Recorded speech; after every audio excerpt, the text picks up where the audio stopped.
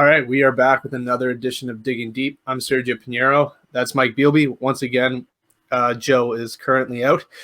He will be hopefully on the next video, and he's a lot better at leading these than I am, as we found out. This is our third attempt going through it, so hopefully we can get this one right. How you doing, man? I'm doing great. I'm fired up for this fight. I think it's the one I'm most excited for on this card, to be honest with you. Yeah, it's an interesting fight, and we're obviously talking about the Andrei Arlovski versus Tom Aspinall fight. What I like about it is I think the UFC isn't doing this enough, like having up-and-coming prospects fighting veterans. I know after his last fight, Clay Guida asked for a young guy, and I think that's what the UFC needs to do. Big win here for Tom Aspinall will launch him into a very good spot, even in ranking. So I think this is a huge opportunity for him. Yeah, no, I agree with you. I love the matchmaking here. You can get into it a bit more after the tail of the tape, but I got some stuff to say for sure. Yeah, so we'll have a look at the tail of the tape. So we've got Andrei Arlovski, obviously one of the most experienced fighters on the entire UFC roster, 30-19 and 2 no contests, 42 years of age, 6'3", 244 pounds, 77-inch reach. Then we have Tom Aspinall, 9-2, 27 years of age, 6'5", 252 pounds, 78-inch reach. So obviously, youth is in the favor of Tom Aspinall. Experience is in the favor of Andrei Arlovski. That being said, he's been through a lot of wars. We've seen in the past that his chin doesn't hold up like it once did. But I think recently, especially after his last fight, we can kind of see that it's still there. I mean, we can't count the guy out. What's your thoughts on that? Well, I just want to start off by saying that this is Andrei Arlovski's 50th pro fight. That's a milestone we all got to appreciate. I think it's his 20th fight in the UFC. Not 100% sure on that, but those are both remarkable feats. And then as you're saying about, the matchup, there's the reason I love this matchmaking so much. If Arlovski wins, he's got wins over Felipe Lins, Tanner Boser, Tom Aspinall. Those are 3 of the top heavyweight prospects. And if Tom Aspinall wins, this is a guy who has, I think, about 4 times as many fights. And Tom Aspinall has, I think, 26 minutes of octagon time. And Andrei Arlovski has over 5 hours just in the UFC. So both guys, I think they both move up quite a bit with a win here. So that's why I think it's great for everybody involved. Yeah, I think it's huge for both guys. I was a bit surprised that they were doing this because the way that they've been doing it recently is having prospects fight prospects and older guys fight older guys. So when they had Alexei Oleinik on the card too, it's like surprising that they didn't do Oleinik versus Arlovski. That being said, I think this is even better. I like the fact that they're doing this because if Arlovski wins, we know the guy still has it. He's, like you said, he's knocked out Philippe Lins, who won the PFL tournament, Tanner Boser, who was on a tear, and now Tom Aspinall, who everyone's high on. So 3 huge wins for him would be massive. As for Aspinall, you go out there and you can get a finish over Andrei Arlovski, dude, you're being propelled into the rankings. Like, I think it's huge for him. That being said, what's your thoughts on Aspinall? Like, do you think that this is too big of a leap already at this stage in his career, or do you think that, I think this might be Aspinall's night? Like, for me, it just feels like it's a huge leap. We've seen it work in the past. We've also seen other guys fall short. What's your thoughts? It is a huge leap. Like, it definitely is. But I also think this will be a manageable night for him. It's going to be his hardest opponent. There's no doubt about it. And it's by quite a wide margin. The skills he's shown, he moves like a middleweight. And if you don't agree with that, you can't disagree. He moves like a light heavyweight at least. He's got the power. He got into a little bit of trouble, not even really, but a little bit of trouble with his last opponent. Takes him down immediately, ground and pound stoppage. Like, he's got some stuff in his back pocket that we haven't really seen. His dad's a BJJ coach. Like, he's got a lot of things to be excited about. So I do think he can take this, but the experience difference between these two is remarkable. And if he does get past Arlovski, like, we got to give him credit because this isn't. I think some people think he takes this easily, and really, it's not an easy fight for him. Yeah. I mean, I agree 100%. And what's interesting is octagon experience. I mean, Andrei Arlovski, he's been in more. He's been in the octagon for longer periods of time than Aspinall has ever been in the cage, and he's done that in like one or two fights. I mean, I think you pointed out to me that Aspinall has, was it 26 minutes of cage experience? Andrei Arlovski, I mean, the guy's got thousands. Like, it's ridiculous. I might be exaggerating a little bit, but I mean, he's fought for world titles that have been 25 minutes. So he's had one fight that has lasted pretty much the extent of Tom Aspinall's career. So what's going to be interesting to see is what happens if Andrei Arlovski can get to the second and third round. We have no idea. You've never fought someone at that level when your gas tank is starting to go away.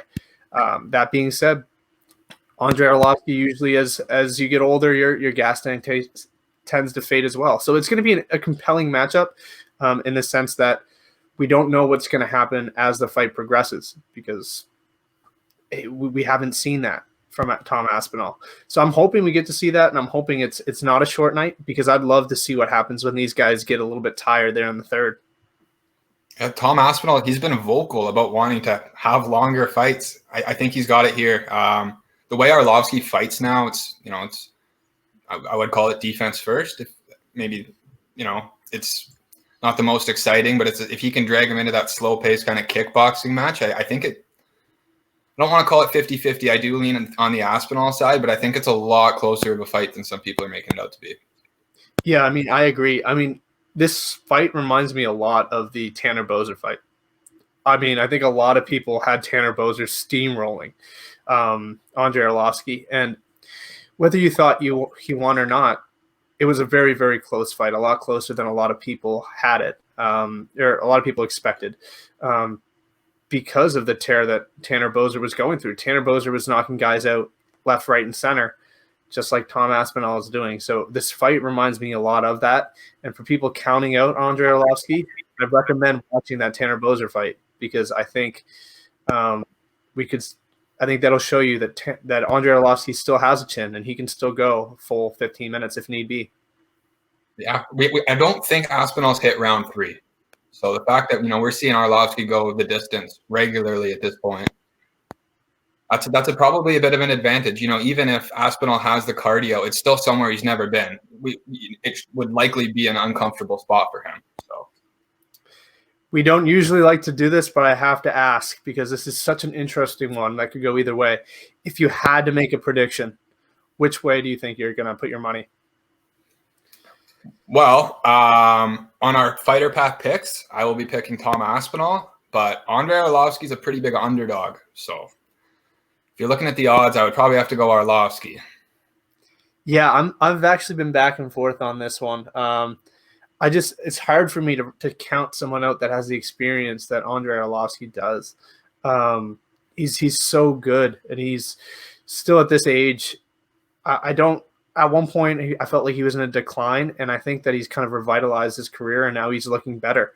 And I just don't think that Tom Aspinall, he's got power, he's got skill, he's got some great jiu-jitsu. Andrei Arlovski's seen that. So unless you catch him with something like Francis Ngannou did, I don't think Tom Aspinall has ungodly power that Francis does. So I'm not saying it won't happen. I don't think he's going to knock. I think he could very well knock out Andrei Arlovski. He could very well submit him. But I do think it's going to take more than one shot to do it over someone like Andrei Arlovski, and I think that might be the difference here. So over 3 rounds, I think I'm going to have to go with the veteran. I feel like he's seen a lot more than Tom Aspinall has, and I think that's going to be the difference. That being said, I wouldn't be surprised if Tom Aspinall knocks him out. I wouldn't be.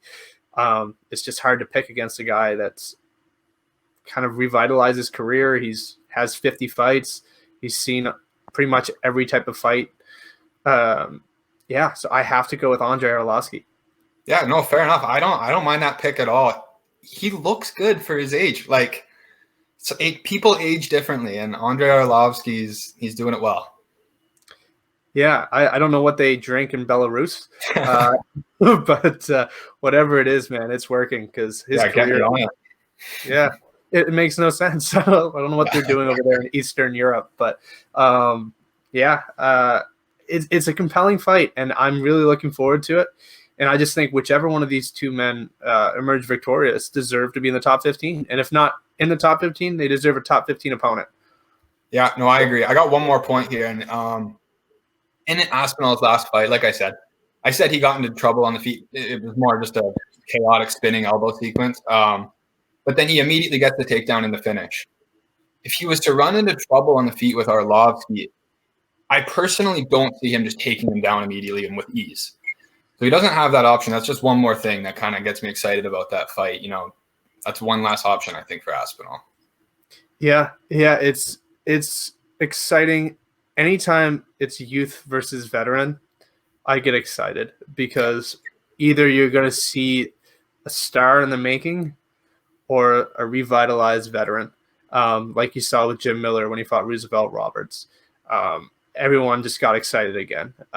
If Andrei Arlovski can win this fight, we're all behind him again. And 50 fights into your career to have people supporting you the way you do, and having people think that you could make another run, I think would be huge for him. That being said, if he loses this, do you think we should see?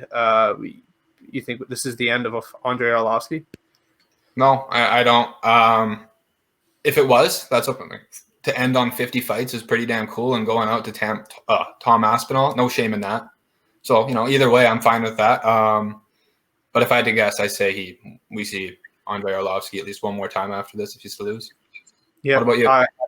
Yeah, same boat. I feel like had he not had those 2 straight wins, I think we'd be saying something else. But I think he's showed that he still has something left to give. And whether or not it's in the UFC is a different story, but I don't think we see the end of Andrei Arlovski, even with a loss.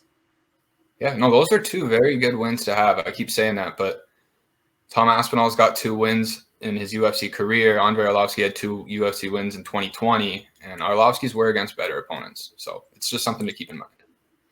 Exactly. All right. I'm Sergio Pinheiro. That's Mike Bealby, and we'll see you guys later.